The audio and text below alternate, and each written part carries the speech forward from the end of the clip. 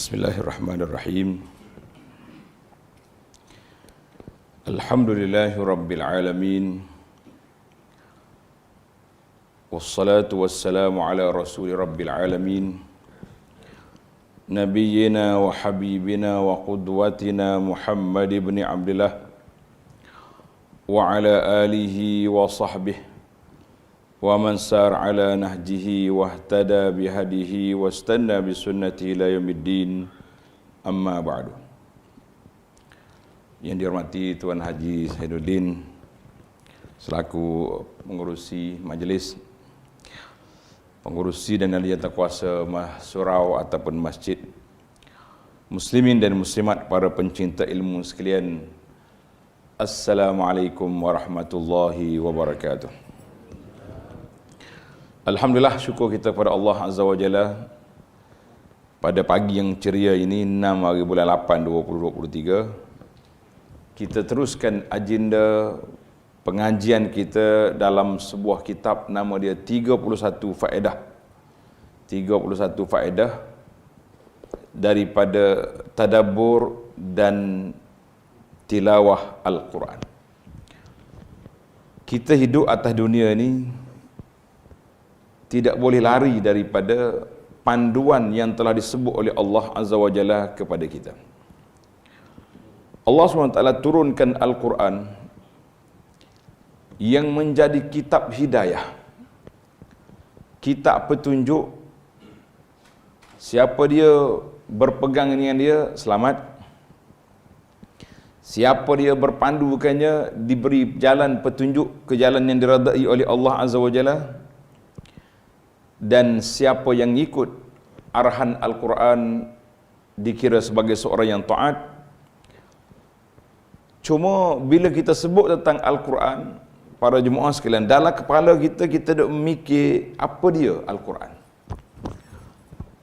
Kita tahu Quran kitab yang mulia, tetapi kadang-kadang kita hanya nampak penggunaan Al-Quran, tidak nampak ke dalam kehidupan kecuali beberapa juzuk.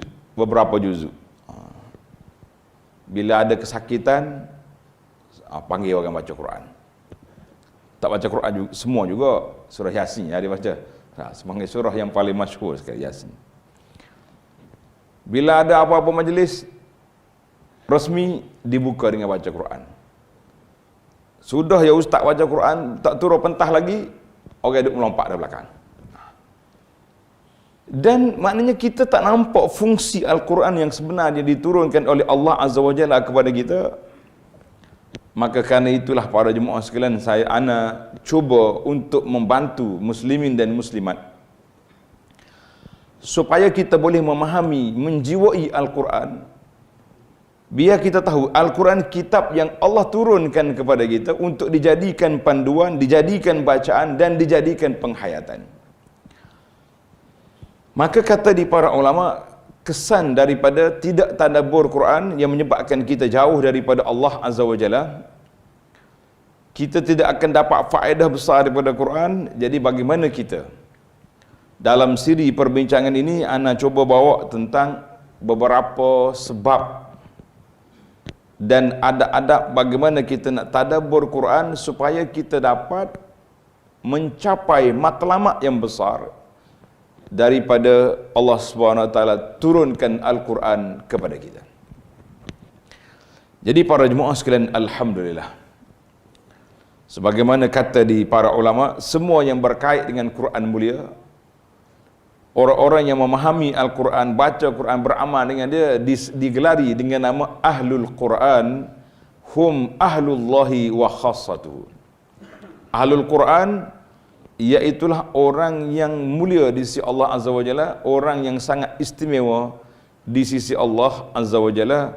Biarlah kita boleh jadi manusia yang istimewa di sisi Allah Azza wa Jalla. Kita hari ni dalam orang Melayu ni, kalau orang istimewa, dia ada makna lain. Betul tak? Ni siapa ni? Anak istimewa. Mana kalau dia lompat sikit pun jangan marah. Kita bukan nak anak istimewa yang tu, kita nak orang yang istimewa di sisi Allah Azza wa Jalla. Makna orang yang mendapat kedudukan di sisi Allah. Sebab apa? Sebab dia beramal dengan Al-Quran, sehingga Allah Ta'ala muliakannya di sisi Allah Azza wa Jalla. Baiklah para jemaah sekalian, para pencinta ilmu sekalian, kita pergi kepada perbincangan kita, iaitulah al-faidatu tsalitsatu wal 'ishrun, tadabburul Quran minan nasihati li kitabillah. Dalam sebuah hadis Nabi SAW baginda mengatakan ad-dinun nasihah. Agama itu kita kena beri nasihat. Jadi salah satu daripada nasihat, perjuangan yang perlu kita buat, iaitulah bila ditanya oleh kepada Nabi SAW, dia kata, liman ya Rasulullah, kita nak nasihat untuk siapa? Maka sabda Nabi SAW yang pertama, lillah, kita kena nasihat kepada orang supaya beriman kepada Allah Azza wa Jalla. Satu. Yang kedua, wali kitabihi, kita nasihat orang kepada kitab Allah, wali rasulihi, kepada rasulnya, wali a'immatil muslimina wa ammatihim, kepada imam-imam, pemimpin orang Islam dan orang ramai. Jadi dalam ayat ini kita hanya ambil satu, iaitulah lillahi wali kitabihi. Kita nak ambil bahawa tadabbur Quran ini salah satu daripada nasihat, peringatan kita kepada masyarakat supaya nasihat untuk menjadikan kitab Allah sebagai panduan dalam hidup. Jadi apa makna nasihat untuk kitab Allah? Apa makna? Kata ulama hadis, syiddatu hubbihi. Yang pertama, kita kena masukkan dalam diri kita, dalam diri anak-anak kita, dalam diri keluarga kita, cintakan Al-Quran. Hari ini alhamdulillah para jemaah sekalian, macam mana kita nak minta anak-anak supaya kita cinta Al-Quran, biar dia suka dengan Quran, kita ajak dia baca Quran dan hafal Quran. Yang kedua, ta'zimu qadrihi, kita kena membesarkan kedudukan Quran. Jangan kata ni bahasa Quran, sebab itulah saya tidak suka. Kita kadang-kadang kita baca Quran tak kena tempat. Dalam majlis hingga bangar, majlis perkahwinan contohnya, DJ baca Quran. Bukan DJ pun, dia tu pasang dia punya qari baca Quran. Orang duk bercakap dengan suara yang kuat pula tu. Jadi kita kata itu tidak kena pada tempat.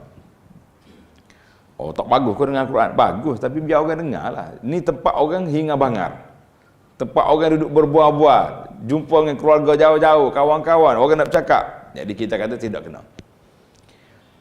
Kemudian sebab apa kita kena besarkan Quran? Sebab Al-Quranu kalamullah. Al-Quran itu kata-kata Allah Azza wa Jalla. Salah satu daripada sifat Allah Ta'ala Al-Kalam, sifat Allah Ta'ala berkata-kata. Allah Ta'ala dipanggil sifat dianya berkata-kata. Sebab itulah dalam kita belajar kitab, sifat kita ni berkata-kata, lawannya bisu. Maknanya Tuhan ni bukan sifat dia bisu, dia sifat dia berkata-kata. Bila dia berkata-kata, haitsu sya', apabila dia kehendaki oleh Allah Azza wa Jalla. Yang ketiga, nasihat kepada kita Allah, iaitulah kita baca Quran dengan bacaan yang menarik, bacaan yang betul bacaan. Ini kena belajar ilmu tajwid. Dan yang seterusnya, kita berusaha untuk memahami makna Al-Quran. Ini kita kena naik taraf. Setakat tajwid itu, insya-Allah ana duk tengok ramai di masjid belajar. Sekarang ni mudah zaman kita ni. Dalam TV pun ajar, ustazah duduk iklan mengaji tajwid, dalam TikTok pun ada. Mana semua tempat orang mengaji Al-Quran. Cuma yang kita nak tambah lagi, bagaimana kita nak memahami makna Al-Quran dan kita nak tadabbur setiap patah perkataan Al-Quran biar kita boleh faham. Jadi para jemaah sekalian, agak-agaknya hadis ad-dinu nasihati rawahu Muslim, agak-agaknya kalau kita bincang, kalau kita ambil masa satu hari, berapa ayat yang kita boleh baca? 3 baris, 1 ayat, tapi faham betul-betul. Daripada ya ayyuhalladzina amanu kutiba alaikumul qisasu fil qatla, contohnya daripada ya ayyuhalladzina amanu kutiba alaikum idza adara azakum maut kutiba alaikumus siyam. Ayat ini apa Allah nak kata? Jadi kita kena letak program dalam hidup kita ni, 1 hari 1 ayat. Ini panggil ilmu tadabbur. Berbeza dengan hak kita baca. Yang kita baca 1 hari 1 juzuk, itu tilawah. Bulan Ramadan satu hari sekali khatam. Contohnya kita dengar ulama-ulama salaf. Imam Syafi'i contohnya sampai 2 kali khatam satu hari. Syafi'i boleh khatam 2 kali satu hari. Kalau kita ukur dengan kemampuan kita, logik ke tak logik? Bahasa logik. 2 kali sehari. Apa yang kau baca? Nah, kita baca tergagak-gagak 2 kali sehari. Imam Syafi'i dia baca laju. Ni anak-anak kita di tahfiz. Yang belajar tahfiz Quran ni pun 10 minit ya, 15 minit ya satu juzuk, bukannya banyak pun. Jadi satu juzuk 10 minit. Maknanya kalau 30 juzuk baru berapa minit? Tak apa setengah hari dia boleh khatam. Alhamdulillah. Yang kedua, tanda ni para jemaah sekalian, qira'atu qalil bil Quran minal Quran, kita baca sedikit. Sikit ni untuk tadabbur.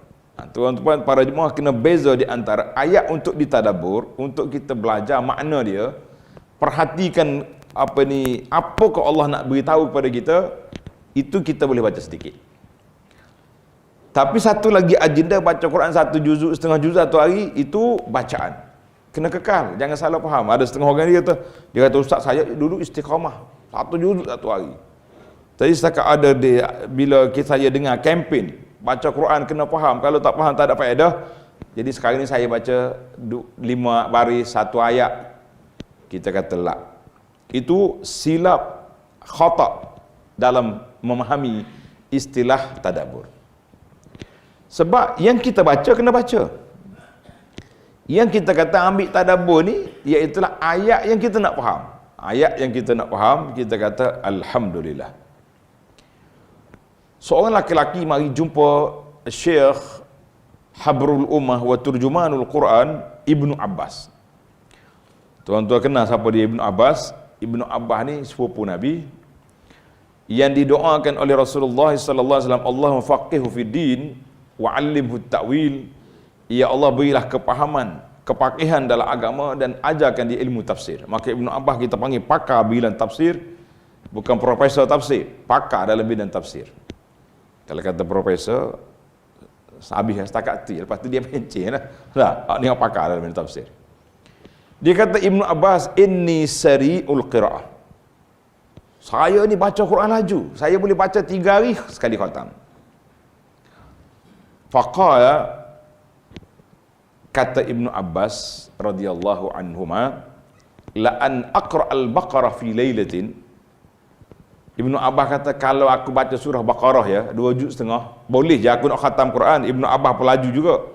Dia lebih awal daripada Imam Syafi'i. Imam Syafi'i mati tahun 204. Ibnu Abbas sahabat. Dia kata kalau aku baca surah Baqarah sahaja pada satu malam dan aku bertadabbur, aku perhatikan maknanya, lebih baik daripada apa yang kau cakap tadi. Maknanya Ibnu Abbas memilih untuk ilmu tadabbur jangan baca laju. Tapi dalam kaedah bacaan Quran, dalam ulama salaf kata paling laju kita boleh baca 3 hari. 3 hari. Sebab itu dikatakan orang apabila Imam Syafi'i rahimahullahu taala, bila orang mari tanya soalan, Imam, apa hukum gini-gini? Syafi'i kata amhilni salas. Beri masa pada aku 3 hari. Hari yang keempat kau datang. Orang duk kait apa Imam Syafi'i nak pergi tanya siapa 3 hari. Tak, kalau zaman kita ni nak email ke tok guru besar ke, tak, atau WhatsApp ke mana-mana ustaz, dijawab lah. Kita bagi masa. Rupanya 3 hari itu dia nak baca Quran daripada awal sampai ke akhir. Dalam masa 3 hari, waktu baca itulah dia cari di manakah jawapan kepada soalan ni dalam Al-Quranul Karim. Itu dia panggil istinbat, dalam bahasa kita istinbat. Maka syarat kita nak baca Quran dengan tadabbur ni jangan terlalu laju, ataupun seperti yang anda cadangkan tadi, kita beza di antara ayat untuk dipelajari maknanya, ditadabbur, bezakan di antara ayat tilawah, kota, dia panggil wirid harian. Kita ni ada wirid. Kita kalau sebut wirid, kita ingat wirid yang duk zikir-zikir salah tak? Ni wirid ni, wirid pagi, wirid petang, wirid itu wirid ni. Kita kata wirdun tu artinya bacaan tetap harian. Itu makna wirid. Jadi kita setiap hari para jemaah sekalian, kita kena ada wirid. Ayat yang mesti kita baca satu hari, satu juzuk ataupun setengah juzuk, kena ada. Hai, dia kata banyak dah setengah juzuk tu. Nak berapa juzuk nak? Nak banyak mana lagi? Jadi para jemaah sekalian, kita ni kena ambil kira penggunaan masa yang Allah Ta'ala anugerahkan kita. Satu hari berapa tempoh masa kita? Satu hari berapa? 24 jam. 24 jam ni bukan benda baru. Daripada hari Allah Ta'ala ciptakan langit dengan bumi ni, 12 bulan dalam setahun, 24 jam dalam hari. Tetapi berbezanya setiap orang penggunaan masa untuk kebaikan. Berbeza. Ada orang Masya Allah semua benda dia boleh buat. Daripada pagi dia boleh solat subuh berjamaah, boleh tahajud lagi. Kemudian dia boleh baca zikir pagi. Dia boleh duduk dalam majlis ilmu. Pagi dia pergi kerja. Dia boleh baca Quran, dia boleh sedekah. Ada orang macam tu. Ada orang ni tak ada benda yang boleh buat. Masjid pun pergi jarang-jarang. Sebagaimana kata orang, dia ni bertaraf kapal selam.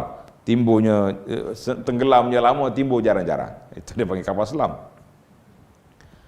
Sedekah, tak ada. Ziarah orang pun tak ada. Jadi, apa yang kita boleh memanfaatkan masa yang Allah Ta'ala anugerahkan kepada kita ni, apa yang kita boleh manfaat? Kita kata sangatlah rugi para jemaah sekalian kalau kita salah guna, salah mengambil masa yang Allah Ta'ala peruntukkan kepada kita. Maka di sini daripada kata-kata Ibn Abbas ini, para ulama mengatakan bacaan ayat dengan kita fikir dan kita faham lebih baik daripada kita khatam tanpa faham. Jadi tak apalah, oleh kerana kita ni orang panggil di alam realiti lah kita ni. Kalau kita nak faham semua, jawabnya tak baca Quran lah kita. Jangan kita jangan salah guna pula. Dia kata, kenapa tak baca Quran tu? Tak faham. Bila nak faham, baru nak mula belajar. Akhir sekali tak baca Quran. Jadi kita jangan cuba buka ruang-ruang pintu-pintu pintu-pintu was-was yang dimainkan oleh syaitan, sehingga kita terkeluar daripada kelompok orang-orang yang tadabbur dan baca Quran. Kita kata alhamdulillah, kesimpulannya baca Quran banyak, baca Quran sedikit tapi faham lebih baik daripada baca banyak. Maka kita ana kata jamak di antara baca untuk habis, untuk khatam dengan beberapa ayat untuk faham, itulah yang terbaik, lebih manfaat kepada kita insya-Allah. Jadi yang ke seterusnya, kata Syekh Ibn Qayyim rahimahullahu ta'ala, tidak ada sesuatu amalan yang lebih bermanfaat untuk hati. Tengok ni, hati kita ni, kata di para ulama, dia kata kita ni macam, hati kita ni seperti zikir kita ni seperti air kepada ikan. Maknanya ikan tak boleh hidup tanpa air. Ikan boleh hidup tanpa air, tak boleh hidup. Hati kita juga tak boleh hidup tanpa zikir. Hati tidak boleh hidup tanpa zikir. Jadi zikir kita, zikir yang paling bermanfaat para jemaah sekalian, zikir yang paling bermanfaat untuk kita berzikir mengingati Allah, iaitulah kita berzikir dengan kalamullah. Zikir dengan kalamullah. Apa dia kalamullah? Al-Quran. Maka tidak ada yang lebih bermanfaat untuk hati lebih daripada kita baca Quran dengan tadabbur. Mana tadabburnya, kita ambil satu ayat, kita ulang ayat itu sampai kita faham. Kita ulang ayat sampai kita faham dalam masa 24 jam, tak kalah tak ada masa. Oh, dia kata saya sibuk Ustaz, tak sempat nak buka kitab nak. Alhamdulillah, hari ini para jemaah sekalian sudah ada kelas-kelas tadabbur, sudah ada rakaman-rakaman para asatizah kita yang mengambil langkah ataupun mengambil tanggungjawab untuk memperjelaskan kepada masyarakat bagaimana kita nak memahami Al-Quran secara peringkat yang pertama. Kita banyak peringkat lah. Maka bila kita mengenali ayat-ayat yang kita baca tadi, kita berfikir, maka menyebabkan yurisul mahabbah. Kita akan rasa cinta kepada Quran, cinta kepada Allah, takut kepada Allah, mengharap. Jadi semua dalam Quran ayat pelbagai. Karena itu surah dia berbeza-beza. Dia panggil surah Makkiyah. Surah Makkiyah ni surah yang diturunkan di Mekah. Terpaksa tak? Bila kita baca Quran, dia tulis kat muka Quran tu Makkiyatun. Kita tahu. Mana dalam surah ini, kalau surah Makkiyah ni, kebanyakan ayat-ayat dia tentang tasbitul aqidah. Nak menguatkan akidah kita, menguatkan kepahaman kita kepada Allah Azza wa Jalla, memahami, mengenali Allah. Dan banyak cerita-cerita orang dulu. Cerita Musa, cerita Nabi Nuh, cerita Ayub, cerita sebab apa? Sebab waktu peringkat permulaan kita perlu kepada kekuatan jiwa untuk berdepan dengan geng-geng Abu Jahal dan puak-puak lain. Jadi bila mari Madaniyah, maka ayat dia berubah, dia lebih kepada apa? Lebih kepada hukum hakam. Sebab sekarang kita sudah ada kekuatan, sudah ada negara, kita nak laksanakan apa yang diperintahkan oleh Allah Azza wa Jalla. Maka alhamdulillah, saya yakin dan percaya para jemaah telah bersedia. Bersedia ke tak kita ni? Bersedia untuk masuk dalam golongan orang yang nak memahami Al-Quran. Semua kita kata bersedia dah, insya-Allah. Rombongan baca Quran masuk dah kan? Berapa juzuk satu hari baca? Dia kata banyak pula tanya hari ni dah. Ada setengah orang dia bergurau, sedap juga gurau dia. Kita kata berapa juzuk satu hari baca Quran? Dia bisik, dia kata, Ustaz, ibadat tak boleh bagi tahu kepada orang. Kita kata kenapa tak boleh bagi tahu? Dia kata takut riak. Saya kata kalau takut riak jangan bagi tahu. Yang saya bimbang bukan takut riak, takut tak ada. Itu yang kita takut dah. Yang kita takutnya bukan takut riak, takut apa? Takut tak ada. Kata hak ni parak. Dia budak-budak kata parak ni. Tak ada, nak repot macam mana tak ada. Kalau ada yang menyebabkan kita riak, tak usah bagi tahu. Kita kata alhamdulillah, alhamdulillah kita sudah masuk dalam rombongan orang yang baca Quran. Kita kata alhamdulillah, hadhihi ni'matun azimatun, suatu nikmat yang besar Allah Taala anugerahkan kepada kita. Cuma kita nak naik peringkat satu lagi, peringkat nak faham Al-Quran. Insya-Allah kata. Ambil satu hari satu ayat. Baca ayat Quran. Dengar tafsir yang disampaikan oleh para asatizah kita, para alim ulama kita. Yang boleh bahasa Arab, cari hak Arab. Yang boleh bahasa Inggeris tak cukup Melayu, kita cari penceramah-penceramah dalam bahasa Inggeris. Masyarakat kita ni dia suka dengar orang putih daripada dengar Melayu. Dia kata Melayu tak apa semangat. Kita kata dengarlah apa saja pun. Yang saya naknya tuan-tuan dan puan-puan bersedia untuk menjadi ahlul Quran biiznillahi azza wa jalla. Baik, sekarang kita berpindah kepada sebab-sebab yang boleh membantu kita untuk tadabbur Quran. Ini penting. Manusia ni dia suka cari, dia kata apa ni, suka cari tip. Apakah sebab? Minal asbab. Di antara sebab-sebab yang membantu kita untuk tadabbur Quran, yang pertama sekali, tanda ni tuan-tuan. Yang pertama sekali, iaitulah istisyar azamat al-Quran. Bila kita pegang Quran, kita kena menjiwai bahawa Al-Quran ini kata-kata Allah. Al-Quran kalamullah.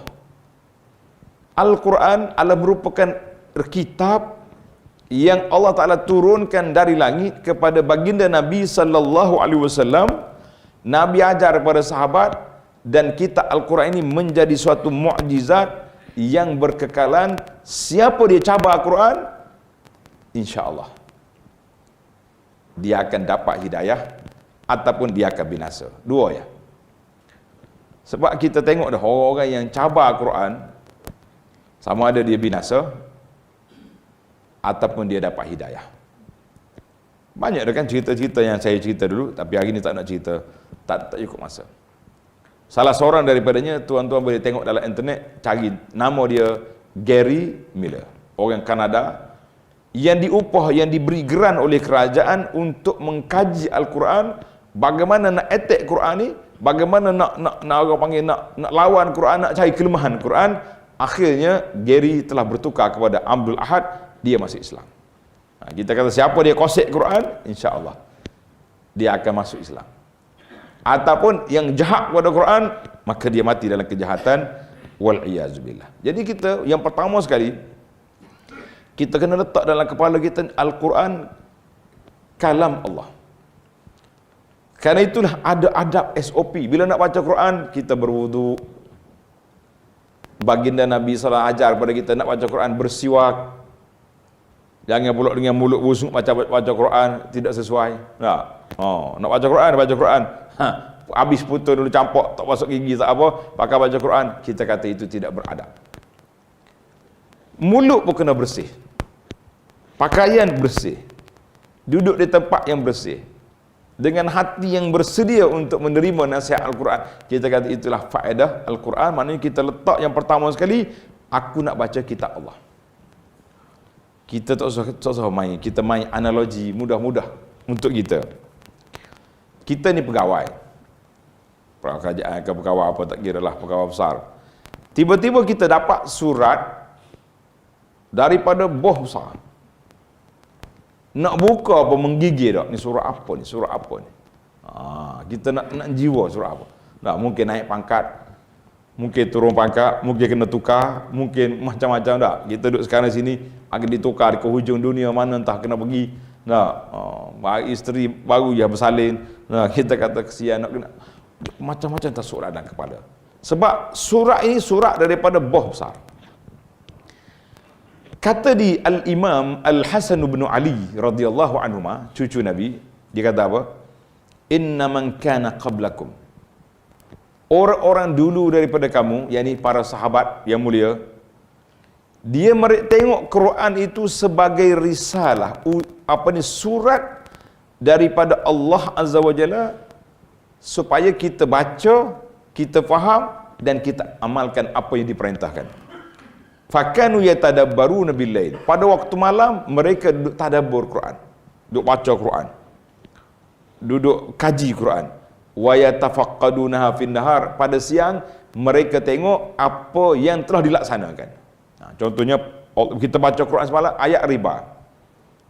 Hari ni riba ada lagi tak dalam kehidupan kita? Dia kata, Ustaz, bab riba ni tak usah sebutlah, sensitif sangat. Semua orang ada riba. Kadang-kadang tak sensitif. Semalam saya jumpa seorang pemuda. Dia dah duduk dalam majlis ilmu. Habis majlis, dia nak lari. Kata, nak gimana tu?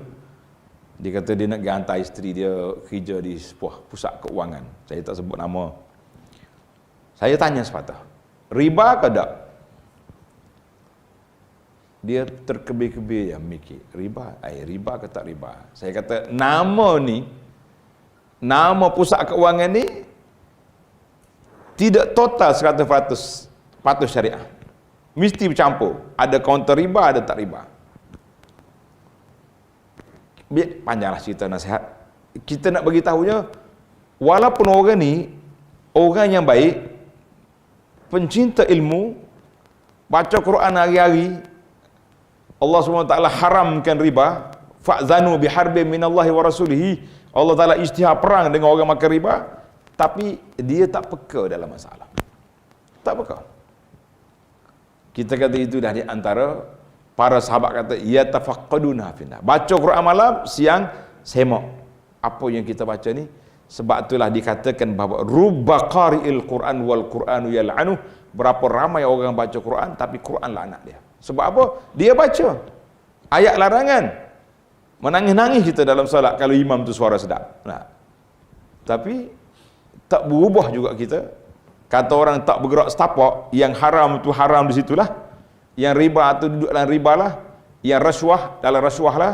Cuma di Malaysia ni berbeza di antara riba dengan rasuah. SPRM, Suruhanjaya Pencegahan Rasuah, sepatutnya sekali lagi Suruhanjaya Pencegahan Riba perlu ditubuhkan juga. Dia tak boleh tubuh tu, banyak benda.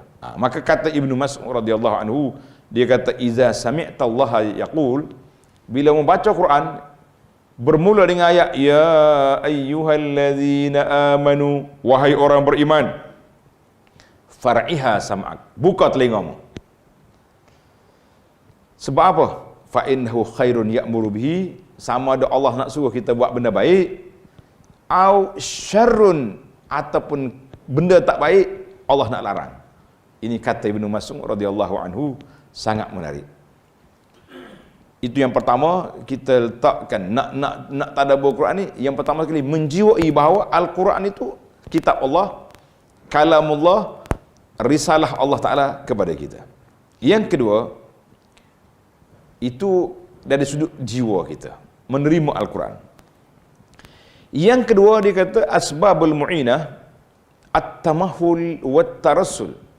Kita baca Quran secara tidak laju, sekadar kita boleh faham makna dia. Jadi masalah kita sekarang ni, kita laju ke tak laju ke, kita yang tak boleh bahasa Arab ni rasa sama ya, tak faham belaka. Minta maaf lah kan pada jemaah sekalian, jangan marah.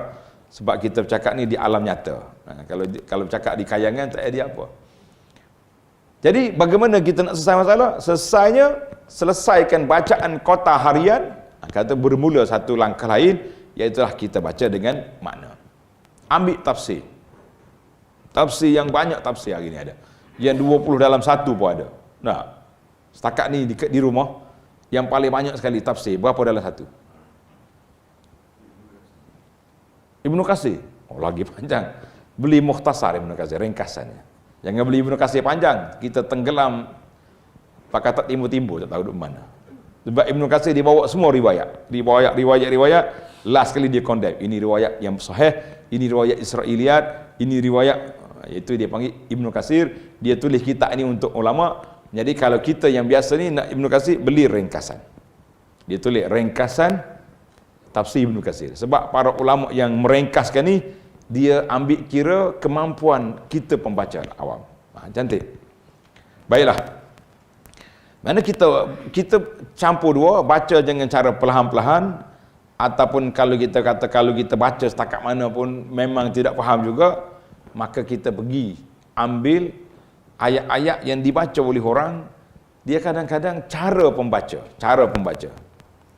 Bagi ana, macam-macam orang suka qari, ada orang suka Abdul Basit, cara dia. Ni geng-geng tua dia panggil. Yang muda-muda ni dia suka Musyari, dia suka apa. Kalau anak suka satu bacaan dia panggil qiraah bacaan Hijazi, bacaan orang Mekah dengan Madinah. Itu lagu yang kita suka dengar. Dan kalau kita dengar orang baca pun, tapi kena faham lah bahawa kita terasa apa yang dibaca tu melekat dalam jiwa kita. Baik. Yang ketiga, tanda para pelajar, masa kita sangat laju ni. Yang ketiga di antara sebab-sebab yang membantu kita untuk tadabbur dipanggil an-nazar fi kutubit tafsir. Kita baca dengan tengok Quran. Tengok Quran, ambil terjemahan, mencabar juga. Sebab ana di masjid kita di pondok, Allahyarham tuan guru kita, bapak saya dulu, daripada awal lagi dia buat majlis tadarus Quran bulan Ramadan, baca Quran dengan terjemahan daripada surah Al-Fatihah sampai surah Nas. Lama lah sikit, dia kata sekurang-kurangnya setahun sekali masuk dalam kepala kita ni, lalu ke telinga kita Quran dengan terjemahan biar kita boleh faham. Jadi kita langkah yang seterusnya, yang ketiga ni, kita kena macam mana kita nak bantu kita boleh nak tadabbur. Kita ambil ayat-ayat yang ditafsirkan oleh para ulama yang muktabar. Sekarang ni sudah ada. Dia panggil qiraat tadabbur wa amal. Macam mana tak pasti. Terjemahan Malaysia sah tak ada, terjemahan Indonesia mungkin ada. Tulis tajuk dia Quran kecil, tadabbur wa amal. Sebuah mushaf ya. Baru ni kita dah cuba baca ayat ni di khemah Ramadan di Kota Baru, daripada awal sampai khatam. Dipanggil tadabbur wa amal. Maknanya kita baca ayat, kemudian dipilih ayat-ayat yang perlu difokuskan. Kita kata alhamdulillah. Tuan-tuan boleh carilah ana beberapa ayat, beberapa ustaz-ustaz kita yang Malaysia ni pun sudah ada yang dah keluarkan ayat-ayat tadabbur. Wallahu alam. Kalau kata yang ana duduk baca pagi-pagi, insya-Allah kita khatam dalam masa terdekat. Itu campur. Mana kita tafsir dulu. Kemudian 5 faedah itu lebih kepada tadabbur. Kita nak fikir apa yang Allah Taala nak sebut dalam ayat ini kepada kehidupan kita. Ini kita. Yang keempat, tanda yang keempat, jam'ul qalbi 'inda tilawatihi. Waktu kita nak baca Quran, waktu kita nak mengkaji makna Quran itu, kita kena fokus. Dia panggil jam'ul qalbi, maknanya kita kena fokus. Tak boleh main sambil-sambil sambil-sambil tengok, sambil-sambil duduk fikir benda lain lah. Tumpu satu fokus ini. Tak boleh pergi benda lain. Ini mata dengan Quran, dengan kuliah contohnya, tangan duduk main telefon, tak jadi. Dia panggil tidak fokus. Maka kita kena fokus. Kata para ulama, iza aradta lintifa' bil Quran, kalau kita nak ambil manfaat daripada ilmu baca Quran ini, fajma' qalbaka inda tilawatihi wa sama'i. Kita kena, hati kita ni kena fokus ketika kita baca atau kita dengar. Maka sebab Allah Ta'ala sebut dalam surah Qaf, tanda ni pelajar, dalam surah Qaf ayat 37, inna fi dhalika la dhikra liman kana lahu qalb au alqas sam'a wa huwa syahid. Inna fi dhalika, Quran itu memberi kesan, ingatan kepada orangnya lahu qalbun. Maknanya dia baca tu hati dia fokus. Au alqas sam'a, ataupun dia buka telinga dia betul-betul dan dia menyaksikan apa ni yang dibacakan itu, kita kata barulah memberi kesan kepada bacaan Al-Quran kita. Maka kita nak inna fi zalika la zikra, mana baca Quran itu memberi kesan, hati kita tu tempat untuk tumpuan, ataupun syarak kitanya telinga juga kena buka, wa huwa syahid ay syahidul qalbi, hati ada sekali dalam majlis dan tidak lupa. Ini kita bimbang hari ini, kita pergi mana-mana pun kita bawa telinga, tak bawa hati. Waktu kita solat, kita takbir dengan tangan tapi hati tidak bertakbir. Sujud dengan kepala tapi tak sujud dengan hati. Maka kita tidak akan dapat manfaat yang banyak para jemaah sekalian. Yang keberapa dah kita? 4 dah. 5 dah. Khilaf dah tu. Mana satu ni? Siapa tulis? 5. 5 dah. Alhamdulillah. Yang kelima, tadarusul Quran fi halaqatil ilmi. Kita kena masuk halaqah ilmu, mengaji, belajar tafsirul Quran ataupun ilmu pengajian Al-Quran. Kena masuk. Sebab kalau kita baca seorang mungkin kita tak semangat. Tapi dengan ramai-ramai dipanggil tafa'ul. Kita ada infial, ada tindak balas. Bila kita dengar syekh kita baca, dia baca pula kadang-kadang dia hurai dengan perasaan tangisannya, dengan sebab ataupun dengan semangat. Kita dua ya gaya hidup kita ni. Waktu kita baca ayat-ayat tentang azab, kita kena takut. Waktu kita baca ayat tentang syurga, kita kena semangat nak syurga. Waktu kita baca ayat tentang larangan-larangan, kita kena jadi kita, semua tu gaya. Jadi dalam masyarakat ilmu, kita kena duduk. Jadi ustaz kita pun tak boleh satu panggil dia satu ya baca tak tengok orang pun kita kata tak ada kurang kesan. Dan di antara lagi kita kena ulang ayat yang satu sampai kita rasa puas hati. Contohnya malam ni kita baca satu ayat. Saya nak tadabbur surah Al-Fatihah malam ni. Kita baca sampai kita boleh faham surah Al-Fatihah 1 jam, 2 jam, tidak ada kerugian. Allah lamanya masa. Kita kata para jemaah sekalian, berapa jam awak duduk dengan Quran, tidak ada istilah rugi, tak ada. Kalau kata rugi, lah. Ruginya kita duduk buat benda lain. Duduk tengok cerita, tengok kartun. Musim-musim kita duduk tengok ulasan-ulasan, tak tahu mari mana dah. Allahu Akbar, cerita ulasan pun satu masa juga. Jadi alhamdulillah, yang terakhir di antara sebab-sebab ataupun tak, yang terakhir kita berpindah kepada mawani'. Apakah sebenarnya halangan untuk kita memahami Al-Quran? Apakah halangan? Yang pertama sekali yang besar halangan kita, iaitulah maksiat kepada Allah Azza wa Jalla. Na'udzubillah. Bila orang buat maksiat, Al-Quran tak akan masuk. Dia panggil halangan yang paling besar, iaitulah melakukan maksiat. La yajtami'an. Dua benda yang tak terkumpul dalam hati seorang manusia, cintakan Quran, cintakan maksiat. Tak boleh. Jadi kita kena buang satu. Kosongkan hati daripada benda-benda yang tak baik. Kemudian kita pergi kepada yang baik.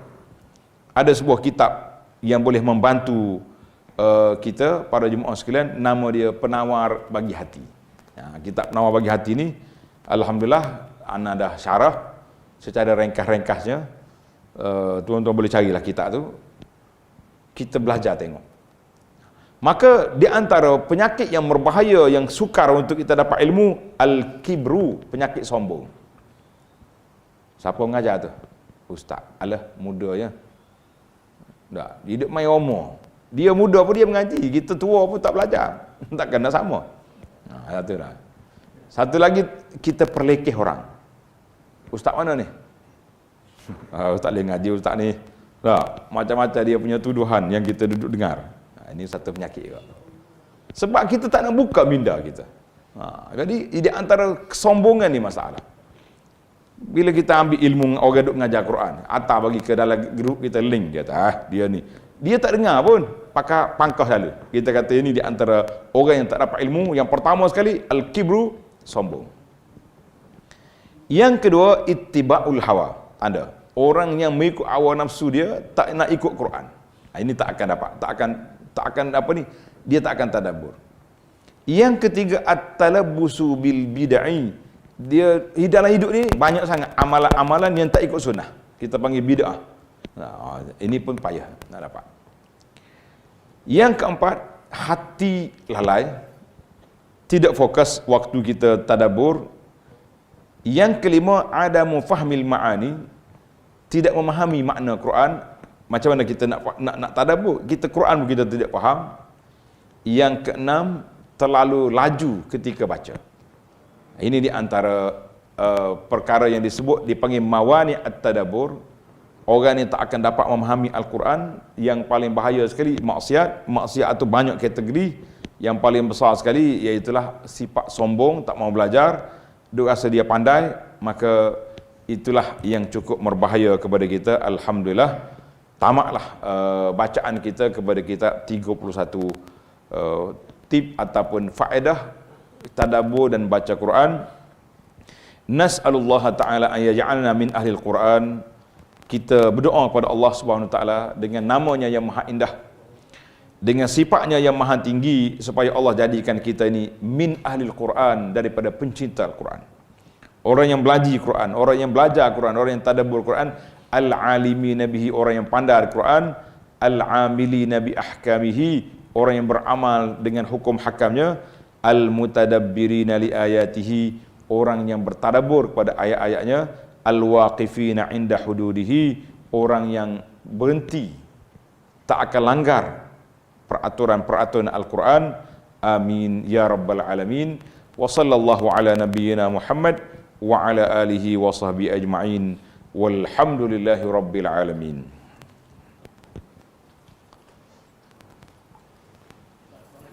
Ada soalan boleh. Hari kiamat.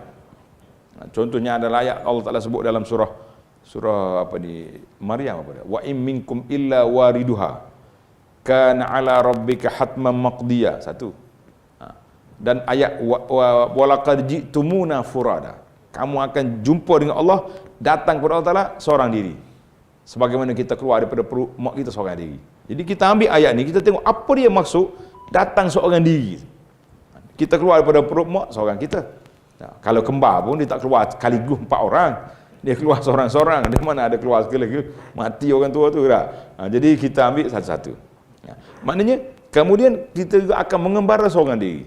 Ketika itu pasti kita akan menangis. Sebab apa? Apa persiapan aku? Apa langkah yang kita nak bawa? Adakah kita layak untuk bertemu dengan Allah Ta'ala dengan dosa yang banyak? Itu dia panggil sentuhan kepada hati. Disitulah yang akan membawa kepada perubahan. Akan bawa kepada perubahan. Jadi kalau kita selagi kita tak boleh menangis, kita baca ayat-ayat tentang azab, tentang syurga, tentang neraka, kita kata hati kita perlu diketuk lagi, perlu dibasuh lagi. Tak cukup dengan sabun, dengan klorok, kita kena buat. Jadi apa dia klorok? Klorok tu menarik. Kata para ulama, dia tanya tok guru dia, kita ni nak mula dengan apa? Zikir ke istighfar? Nak zikir ke istighfar? Tok guru dia tu tengok kain. Mana kalau kain ni kotor kuat, tak boleh guna sabun. Kena klorok dulu. Kena rendam dengan air panas. Tapi kalau kain dah bersih, tak payahlah klorok, rusak pula dia. Cukup dengan apa ni, pewangi. Maknanya hati kita ni langkah pertama. Dianya dengan masih lagi keras, masih lagi tak dengar kata, masih lagi kita hidup dalam lara yang banyak. Jadi kita mula dengan taubat, dengan istighfar, perbanyakkan, kemudian baru kita pergi pada zikir-zikir yang lain, barulah dia terbuka untuk masuk dalam ilmu tadabbur. Sebab bila hati itu sudah agak bersih, barulah lorong memahami Al-Quran itu akan ada depan kita, insya-Allah. Ya. Baik.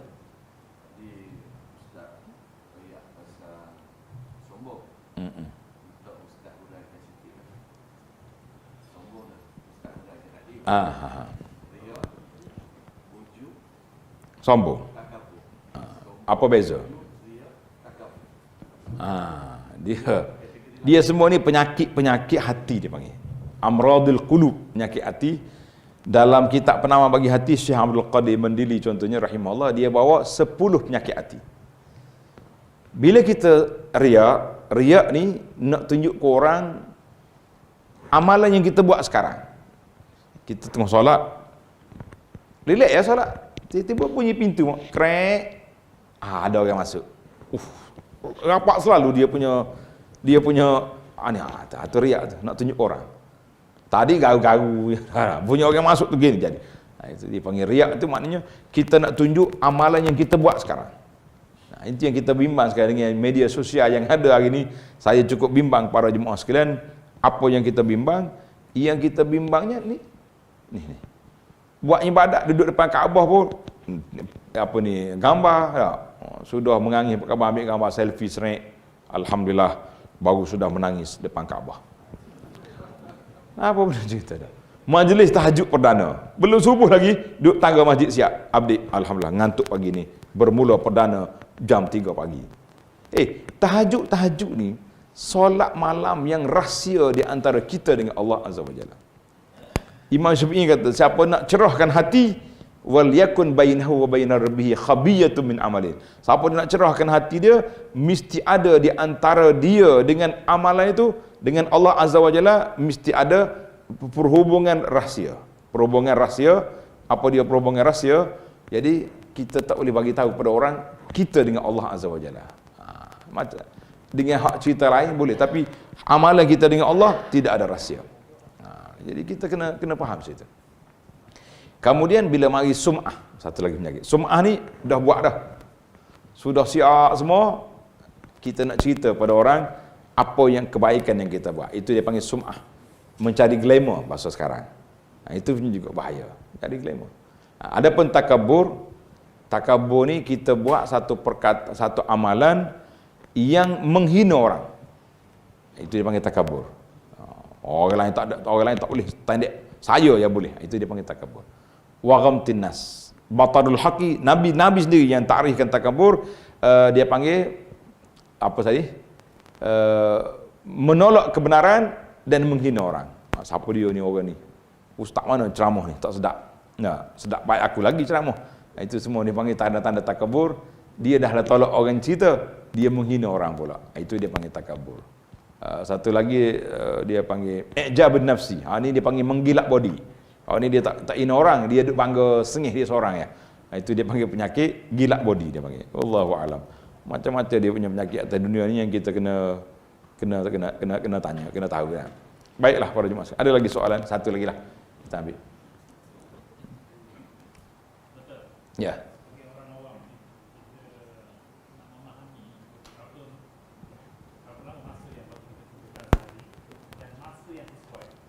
Untuk tadabbur sampai mati ya, tak boleh dah. Selagi tak mati, selagi itulah kita kena masa tak ada. Sebab Al-Quran ada 6,000 berapa ayat Al-Quran? Berapa ayat Al-Quran ada? 6,900 berapa imam? Baik, saya bagi masa 5 minit. Ambil Quran sebelah. Ambil Quran. Ada handphone tangan? Ada. Cuba buka dia punya calculator.